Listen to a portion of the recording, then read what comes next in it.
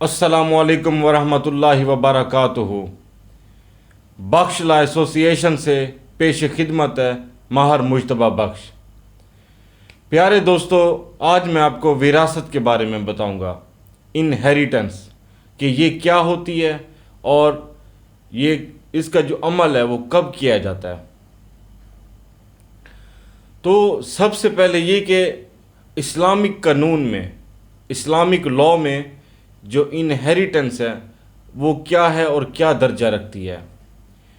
जब भी किसी इंसान की डेथ हो जाती है, वो फौत हो जाता है, तो उसके मरने के बाद जो उसकी प्रॉपर्टी होती है, बेशक वो जिस किस्म की भी हो, मीन्स के मूवेबल हो, इमूवेबल हो, या मकान, गाड़ी, या इस तरह का जो भी चीज़ उसके मरने के बाद उसके पोजेशन, उसकी ऑनरशिप में थी, वो उसकी प्रॉपर्टी उस जो उसके बच्चे हैं, जो उसके वर्स हैं, मीन्स कि उसका बाप, उसकी माँ, उसके बेटा, उसकी बेटी, उसकी वाइफ, ये सब उसके वारिस हैं। तो जो इस्लामिक लॉ है, तो वो जो प्रॉपर्टी है इस्लामिक रूल्स के मुताबिक वो उन सब में डिवाइड हो जाएगी। अब इंसान के मरने के बाद जो उसका जो कफन दफन का खर्चा है वो उसकी प्रॉपर्टी से किया जाएगा। सबसे पहले उसकी प्रॉपर्टी में से, उसकी जायदाद में से उसके कफन दफन का खर्चा किया जाएगा। नंबर 2 पे उसने अगर कोई कर्जा जात देने थे तो उसके वो कर्ज़े उतारे जाएंगे, मीन्स कि उसकी प्रॉपर्टी में से उसके जो कर्जा जात हैं वो अदा किए जाएंगे। अब तीसरे नंबर पे अगर वो कोई वसीयत करके गया है, शर्त ये है कि जो वो वसीयत है 1/3 होनी चाहिए उसकी टोटल प्रॉपर्टी की। इससे ज़्यादा होगी तो वो वसीयत यूँ समझ ले कि उसकी कोई वैल्यू नहीं है। मैक्सिमम जो एक इंसान है वो 1/3 अपना 1/3 प्रॉपर्टी अपनी वसीयत कर सकता है। तो तीसरे नंबर पे उसकी जो वसीयत है उस पे अमल किया जाएगा। अब चौथे नंबर पे जो उसकी बाकी प्रॉपर्टी बच गई है वो उसके वर्सा में तकसीम की जाएगी। अब वो तकसीम कैसे होगी तो उसके बारे में हम डिस्कस करते हैं। सबसे पहले अगर मरने वाले का बाप जिंदा है तो उससे उसकी प्रॉपर्टी में से क्या शेयर मिलेगा। तो सबसे पहले जो बाप उसका वारिस जिंदा है तो उसकी जो हिस्सा है वो डिस्कस करते हैं कि जो मैयत का बेटा या पोता, अगर मरने वाले का बेटा या पोता मौजूद हो तो तब वालिद को कितने हिस्सा मिलेगा। तो अगर मरने वाले का बेटा भी मौजूद है या पोता मौजूद है तो तब उसके वालिद को, मरने वाले के वालिद को 1/6 मतलब 1/6 छठा हिस्सा मिलेगा।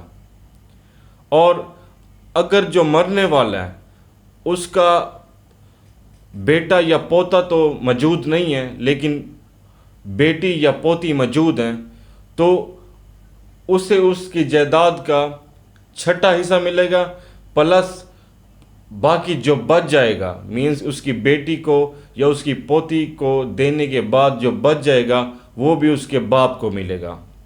अब दूसरे नंबर पे हम शौहर, जो हस्बैंड है, जिसकी वाइफ की डेथ हो गई है, जो हस्बैंड है उसका जो हिस्सा है उसकी प्रॉपर्टी में से आएगा वो हम डिस्कस करते हैं। वो ये है कि भी मैयत का बेटा या पोता, बेटी या पोती वगैरह ना हो, मीन्स कि ना उसका बेटा हो, ना उसकी बेटी हो, ना उसका पोता हो और ना उसकी पोती हो, तो तब जो मरने वाली का शौहर है तो उससे कितना हिस्सा जाएगा, वो उस पूरी प्रॉपर्टी का आधा हिस्सा उसके शौहर को चला जाएगा। अब इसकी दूसरी जो कंडीशन है वो ये है कि अगर मौजूद हो, मीन्स कि जो मरने वाली है उसका बेटा मौजूद हो या पोता मौजूद हो, یا بیٹی موجود ہو یا پوتی موجود ہو تو تب شوہر کو چوتھا حصہ جائے گا، مینس کہ جو چوتھائی ہے وہ شوہر کے پاس جائے گی۔ اگر ہم جو اس کی پراپرٹی کا 25% ہے وہ اس کے شوہر کو جائے گا۔ تو اب اس کے بعد جو بیوی ہے اس کا ہم حصہ جو ہے اس کا شیئر ہے وہ ڈسکس کرتے ہیں کہ ایک جو انسان جس کی ڈیتھ ہو گئی ہے اس کی بیوی کو اس کے مرنے کے بعد کیا کیا حصہ آئے گا۔ اب اس مرنے والے کا اگر بیٹا موجود نہیں ہے، پوتا موجود نہیں ہے، بیٹی موجود نہیں ہے اور پوتی موجود نہیں ہے تو تب اس کی بیوی کو چوتھائی آئے گی، مینز 25% اس کی ٹوٹل پراپرٹی کا اس کی بیوی کو چلا جائے گا۔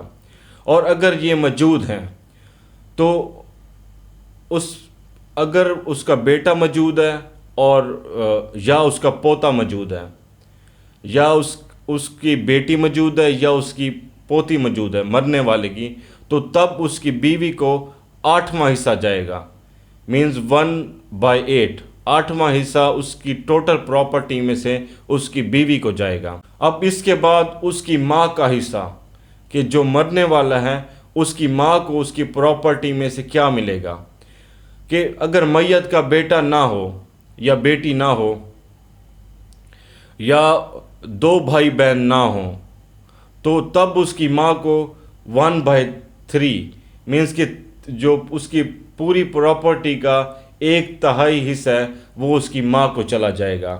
اور اگر اس مرنے والے کی اولاد ہو تو تب اس کی ماں کو کتنا ملے گا، تب اس کی ماں کو 6واں حصہ ملے گا اس کی پوری پراپرٹی میں سے۔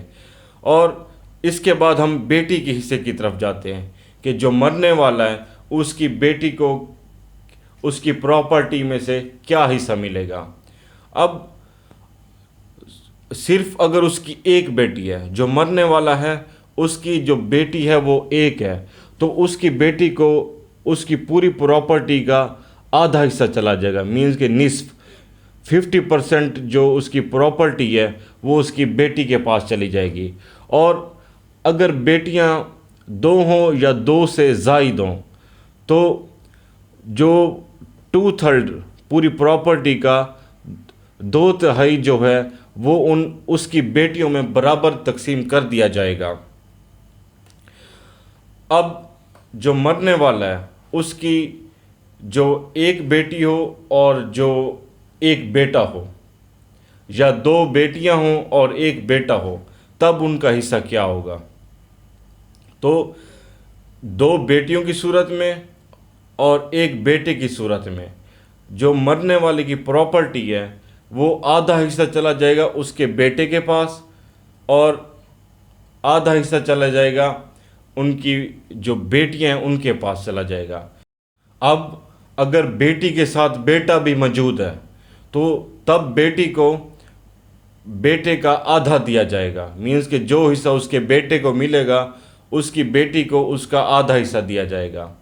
تو امید ہے جو میں انہیریٹنس کے شیئر بتا رہا تھا تو آپ کو ضرور سمجھ آیا ہوگا۔